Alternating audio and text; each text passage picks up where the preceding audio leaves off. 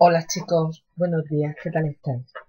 Bueno, este es el primer video tutorial que voy a grabar relacionado con formulación química inorgánica. Lo primero que quiero es que a todo el mundo se le quite el miedo. Es probable que muchas personas, yo me he encontrado a lo largo de mi vida como profesora con muchos alumnos que tienen mucho miedo a formular y bueno, puede ser porque pues no le hayan dedicado bastante tiempo, que no se lo hayan explicado adecuadamente. En fin, solamente es constancia, perseverancia, pero no hay nada difícil.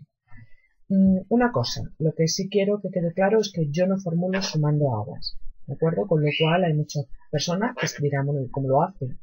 Pues ya veréis ahora cómo lo hacemos, es mucho más sencillo y los resultados que obtengo me dicen bueno, que es la forma apropiada para formular porque los alumnos aprenden muchísimo más rápido, ¿vale? Bueno, pues en primer lugar vamos a ver un índice de qué es lo que vamos a ver. En primer lugar los conceptos previos que considero importantes. Luego vamos a ver las nomenclaturas de formulación inorgánica. Es cómo se puede nombrar un compuesto químico. Evidentemente, si no sabemos el lenguaje, no podemos hablar de él. Luego veremos un chispín de lo que son las sustancias simples y compuestas, que son las que verdaderamente vamos a aprender a formular, para pasar ya por fin a las combinaciones binarias ternarias. Veremos, por tanto, las combinaciones de oxígeno e hidrógeno para las binarias y las combinaciones ternarias en cuanto a hidróxidos, ácidos osácidos u ozoácidos y las sales que derivan de esos ácidos ozoácidos. Por último veremos peróxidos, que son binarias, y peroxiácidos, que son ternarios. Bien, pues vamos a empezar con los conceptos previos. En primer lugar, lo que yo siempre digo antes de comenzar con formulación es que una molécula, para que sea eléctricamente neutra, tiene que tener las cargas eléctricas compensadas, es decir, tiene que tener igual número de cargas positivas que negativas. A la parte positiva de la molécula se va a poner en la parte izquierda y la parte negativa es la que va a estar en la parte derecha. La parte positiva es la que se denomina como los cationes, de cierto modo. Y vamos a tener metales, no metales y hidrógeno, por ejemplo, en el caso de los ácidos. La parte negativa es la que se denomina como, de cierto modo, anión. Y vamos a poder tener, semejante a los grupos funcionales de orgánica, pues vamos a tener óxidos, hidróxidos, sulfuros, cloratos, permanganatos, etc. Esto aprenderemos ahora después a nombrar. Bien, esto que quede claro. Ahora después veremos cómo vamos a hacer la compensación de las cargas para formular. Seguidamente, ¿qué significan las letras y los números que configuran una sustancia química compuesta? O no, compuesta o simple. Bueno, las letras son los elementos químicos que podemos encontrar en cualquier tabla periódica. Por ejemplo, H hidrógeno, Na sodio, P de plomo, S azufre, etc. Como por un montón de más. Los números van a ser la cantidad de átomos de cada uno de los elementos que hay en una molécula de sustancia. Por ejemplo, si yo tengo como, no sé, os pongo por ejemplo el ácido sulfúrico que todos conocéis, H2SO4, esto significa que existen en esta molécula, en una molécula de ácido sulfúrico, van a existir 4 átomos de oxígeno, 1 átomo de azufre, aunque no se pone, y 2 átomos de hidrógeno. Entonces, como hemos visto anteriormente, las letras son los elementos químicos y ese numerito es la cantidad de átomos de cada elemento que hay en una molécula de sustancia.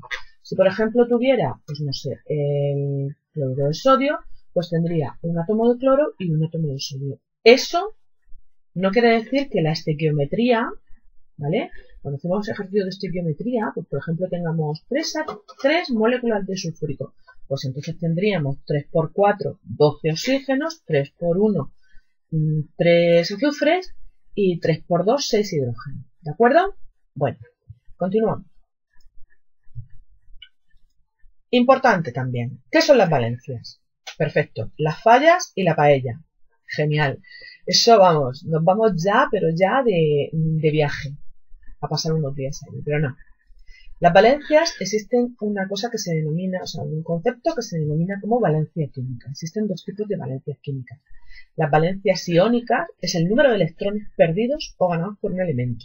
¿Vale? Encontramos valencia iónica cuando tenemos compuestos que forman enlaces iónicos, como pueden ser, por ejemplo, pues el cloruro sódico. ¿Vale? Y valencia covalente es el número de electrones que comparte el elemento de un compuesto. Pero un compuesto que forma un enlace covalente, no iónico como el anterior. ¿De acuerdo? Esto si sabéis un poquito de química, sabéis de lo que es. La cuestión son lo que todos conocéis como las valencias. Mira, a mí me gusta llamarlos como estado de oxidación a la carga formal no real. Pero bueno, ahora mismo nos da igual. ¿El problema? Pues sí, que hay que aprendérselas, evidentemente. Salvo que vuestro profesor os deje una tabla o algo donde podéis echarle mano en el ejercicio, pues hay que aprendérselas. Es el único problema que hay. Bien, volvemos. Vamos a empezar ya a hablar de la UPAC. La UPAC es la International Union of Pure and Advanced Chemistry. La nomenclatura de Stock y la nomenclatura tradicional. Empezando por la sistemática, la nomenclatura de la UPAC, pues tenemos que, principal, la molécula se lee de derecha a izquierda tal y como se ve. Recuerdo que ahora mismo no sabemos formular, ¿vale? Con lo cual vamos a suponer que sabemos de todo y vamos a llamarla. Ya formularemos después, tranquilos. Y se utilizan prefijos, estos prefijos que tenéis aquí, según los números que nos encontramos delante del catión, perdón, detrás del anión y del catión. Por ejemplo, vamos a poner fórmulas como, a ver, ejemplos como este que tenéis aquí. Lo leímos de derecha a izquierda, pentaóxido de dicloro. Vamos a suponer que tenemos este otro compuesto. Lo mismo. Trióxido de dibromo, por ejemplo. No sé. Estoy poniendo cosas sencillas, ¿vale? NH3. Trihidruro de nitrógeno. ¿De acuerdo? Bien. Cosas importantes que hay que tener con la formulación de UPAC. Sabéis que el mono, o sea, el mono corresponde al número 1, pero si tenemos mono aquí delante, o sea, un 1 aquí delante jamás se utiliza. Es decir, no podemos poner trihidruro de mononitrógeno, sino trihidruro de nitrógeno. ¿De acuerdo? Bien, y otra cosita. En el caso de que el elemento al que estemos utilizando tenga una sola valencia y, bueno, y de la casualidad de que la molécula reducida se quede con un 1, pues no lo vamos a poner. Por ejemplo, si tuviésemos el caso ¿vale? Aquí no podríamos poner monóxido de calcio, porque el calcio tiene solamente la valencia 2, al igual que le ocurre, por ejemplo, el magnesio, etc. Por ejemplo, bueno, el óxido de magnesio, en este caso sería óxido de magnesio, no monóxido de magnesio, ¿vale? Ahora iremos viendo más cositas poco a poco, tranquilo. Ahora aprenderemos a formular. Bueno, los que se suelen nombrar con este tipo de nomenclatura son los óxidos ácidos, las sales de hidruro y ácidos hidrácidos que se encuentran en estado puro. También veremos a continuación lo que es. Bien, la nomenclatura de Stock, aquí os he puesto un poco de galimatía, pero creo que os puede servir si lo vais leyendo poco a poco. Se lee el anión que corresponde más el nombre del otro elemento que configura el catión, expresado como anión de catión, y seguido del estado de oxidación, que en el caso en el que tenga más de 1, se pondrá en números romanos y paréntesis. Bien, ¿qué significa esto? Si por ejemplo tenemos la siguiente nomenclatura, tenemos el siguiente caso. Vamos a ver,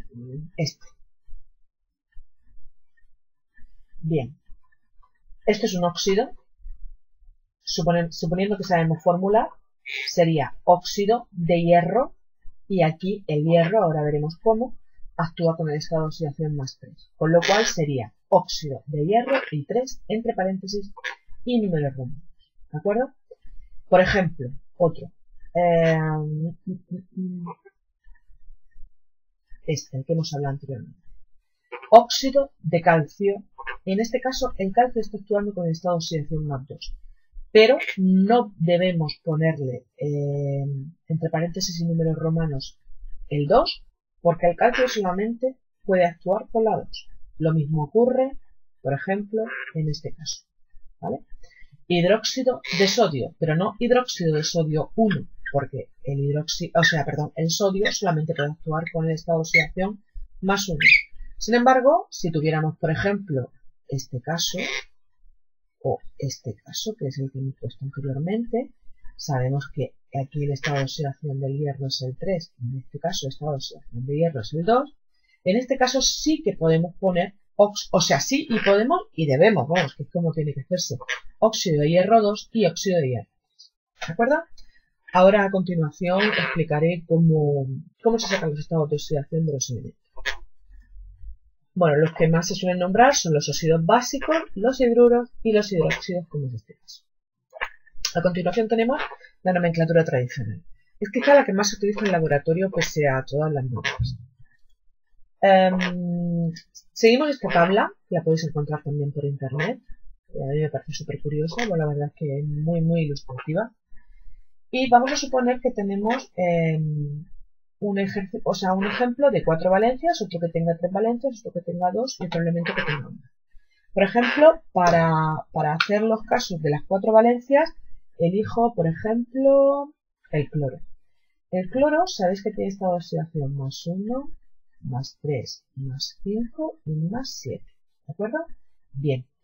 Cuando actúa con el estado de oxidación menor, como veis el cloro tiene 4 valencias, cuando actúe con el estado de oxidación menor será el hipocloroso. El compuesto es este, anhídrido hipocloroso. ¿De acuerdo? Bien. Con la más 3 dará esta combinación y tendremos anhídrido cloroso. Con la más 5 dará esta combinación. Ahí tenéis a mi cotorra que no para. Dando el anhídrido clórico. Y por último, con la 7 tendremos el anhídrido perclórico. ¿De acuerdo? Como veis, de menor a mayor, de menor a mayor. Bien, en el caso de 3 valencias vamos a utilizar el azufre. El azufre genera el estado de oxidación, el más 2, la más 4 y la más 6. Bien, con la más 2 tenemos el anhídrido hiposulfuroso, con la más 4 tenemos el anhídrido sulfuroso y con la más 6 tenemos el anhídrido sulfúrico. Bien, vamos a ver ahora con 2 valencias. Por ejemplo, lo que hemos estado hablando anteriormente del hierro. Sabemos que el estado de oxidación del hierro es el más 3 y la más 2. Cuando actúa con la más 2, que es la más pequeñita de todas, pues hablaremos de óxido ferroso. ¿De acuerdo? Y cuando actúa con la mayor, hablaremos de óxido férrico. Por ejemplo, en el caso en el que tengamos una sola valencia, casos como el calcio, hablaremos de hidróxido cálcico, por ejemplo, y hidruro sódico. ¿De acuerdo? Sin embargo, los casos que más se suelen utilizar con esta nomenclatura son los hidruros de no metales, los ácidos y hidrácidos que se encuentran en disolución, los ácidos ozoácidos y las sales de ácidos ozoácidos. Quería comentar, antes de pasar al siguiente apartado, que cuando tengamos 4 valencias se utilizan los 4, hipo, oso, oso, ico, perico. Cuando tenemos 3, prescindimos de perico, nos quedamos con hipo, oso, oso, ico. Cuando tengamos 2, prescindimos de las 2 más externas, hipo, oso y perico, y nos quedamos solamente con oso e ico. Y cuando tenemos una sola valencia, pues simplemente ico y no más. Aquí tenéis una tabla que os la voy a dejar en un PDF en mi blog para que veáis las nomenclaturas más frecuentes con las cuales se suelen nombrar distintos compuestos. Esto es lo que os he ido comentando anteriormente. Por último, en este vídeo, el número 1, voy a hablar de las sustancias simples y las sustancias compuestas. Las sustancias simples, como bien os comento aquí, son aquellas que se encuentran formadas por uno o más átomos, pero que son del mismo elemento químico. Por ejemplo, si tenemos oxígeno, es una sustancia simple, tiene 2 átomos de oxígeno para configurar esa molécula. Si, por ejemplo, tenemos, no sé, sodio, el sodio es una sustancia simple que tiene, bueno, evidentemente se forma mediante un enlace metálico, pero ahí no voy a entrar. Otro caso, pues por ejemplo, tenemos, no sé, hidrógeno, ozono, y ahora mismo no se me ocurre ninguna otra, pero vamos, hay un montón. Vale, las sustancias compuestas son aquellas que se encuentran formadas por dos o más átomos de distintos elementos químicos. Y aquí ya pues tenemos todas las sustancias que vamos a utilizar y que vamos a ir aprendiendo a formular en formulación química inorgánica. Ejemplos, el agua. Tenemos dos átomos de hidrógeno y un átomo de sodio. Juntos forman una sustancia compuesta. Otra un poquito más compleja, pues el cloruro de sodio, la sal común de mesa. Un átomo de cloro y un átomo de sodio. También es una sustancia compuesta. Bueno, chicos, y hasta aquí es lo que voy a hablar en este videoblog. A partir de aquí ya el próximo videoblog será relacionado con combinaciones binarias y ya formulación propiamente dicha. Hoy hemos abierto boca. Venga, chao, abrazote.